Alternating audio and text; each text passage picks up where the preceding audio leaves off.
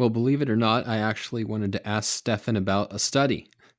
Or actually, so there's two reports, one from NASA and one from the NOAA, released recently, where they're concluding that last year was the fourth hottest year on record, and that the past 5 years have been the hottest on record. And here's just two of the sort of high level points that they stressed. During 2018, the average temperature across global land and ocean surfaces was 1.4 degrees Fahrenheit above the 20th century average.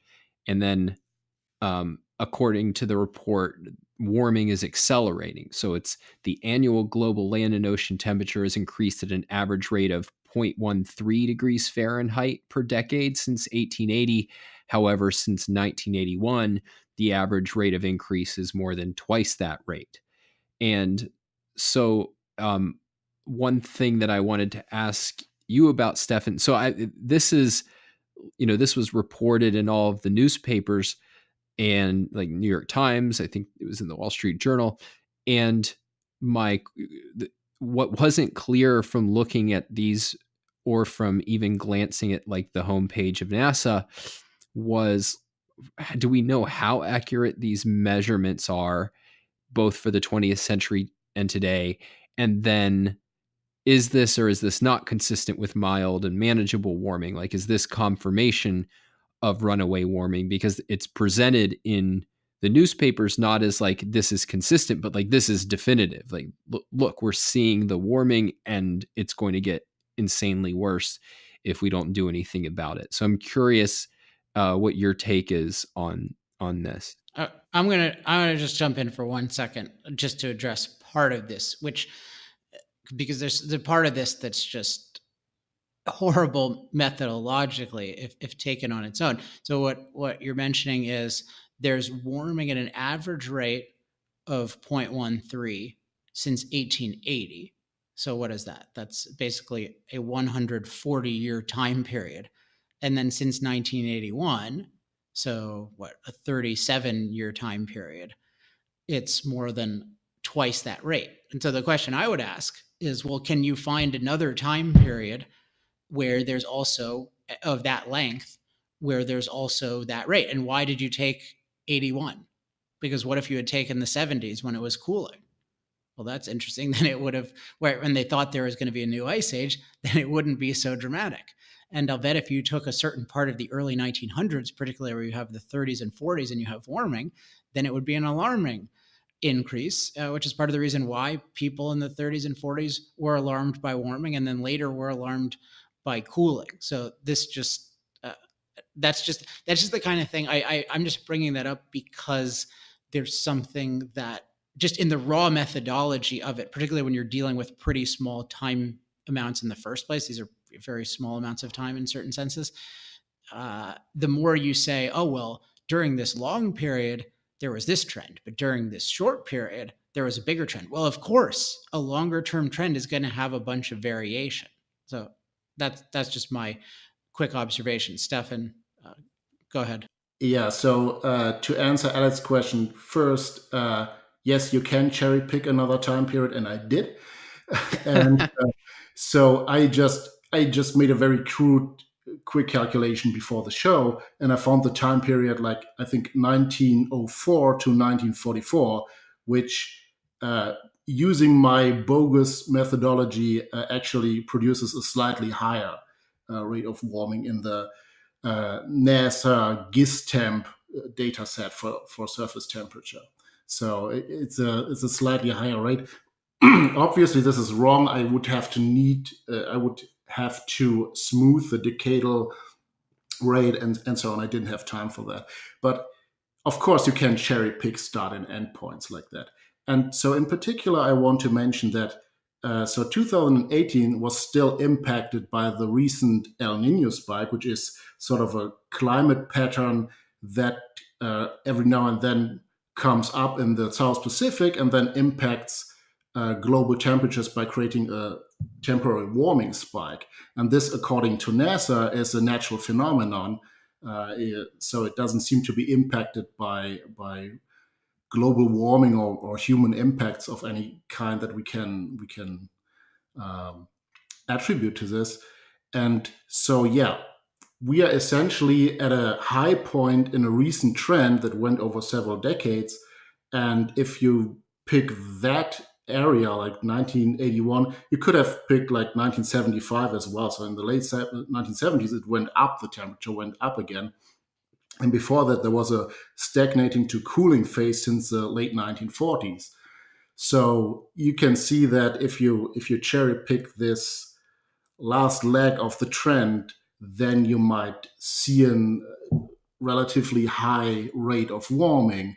But it's not, you cannot derive from that we are in an accelerating world and project that into the future, which is of course sort of the goal of the press release.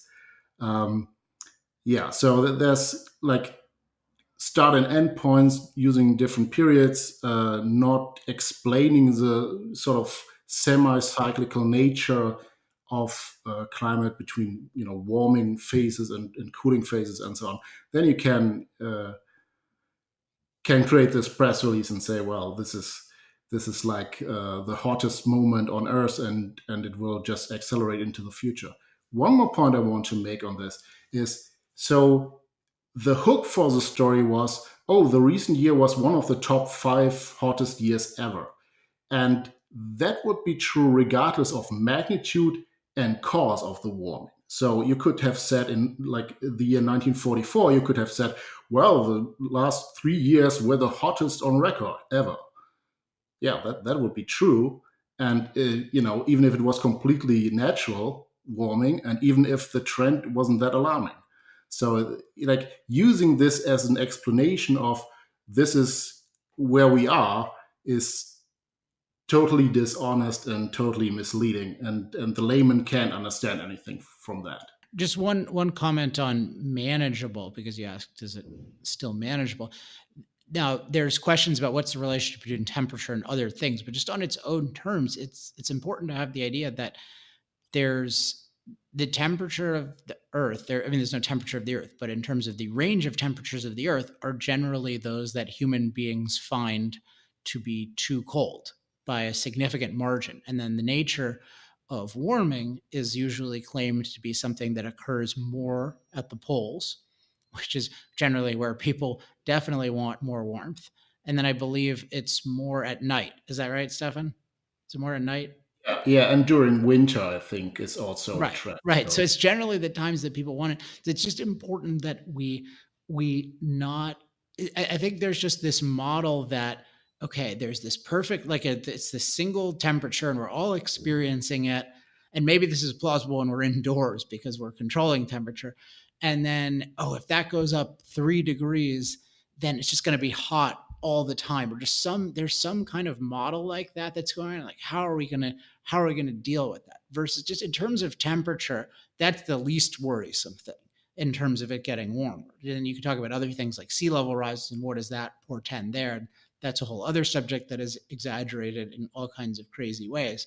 But I just want to break in everyone this idea that the non-human state of things, or the non-human influence state of things, is in any way manageable or safe or stable or anything, or ideal, and or the CO2 levels or the temperatures or anything like that. And just recognize that, well, no, what's actually the actual fragile, beautiful thing is really the human ecosystem, is in that the state of affairs that we have created to make ourselves comfortable with our surroundings, but that's overwhelmingly a human controlled thing. And in particular, I think we should be particularly worried about the part of the ecosystem known as the human ecosystem, known as the electric grid, because that is, that maybe, and that in the transportation system, those are so crucial,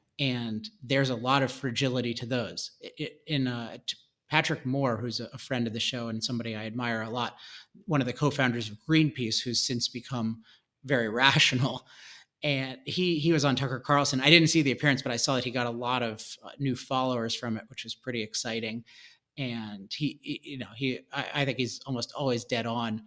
with his comments, one point he just made is, when you're talking about getting rid of petroleum, that's the heart of the world's transportation, and also agriculture, and that without cheap, plentiful, reliable transportation fuel, the cities starve. So that I just take as an example of the human ecosystem that we've built that sustains us in this incredible way, like Mother Nature never dreamed. But without that grid and without that transportation system and the fuels that power both of them very reliably and with a lot of abundance, then we have to live with nature. And there it's, the issue is not, is it 1 or 2 to 3 degrees hotter? It's like, do we have the tools and do we have the fuel that we need to cope with any climate situation or any natural situation?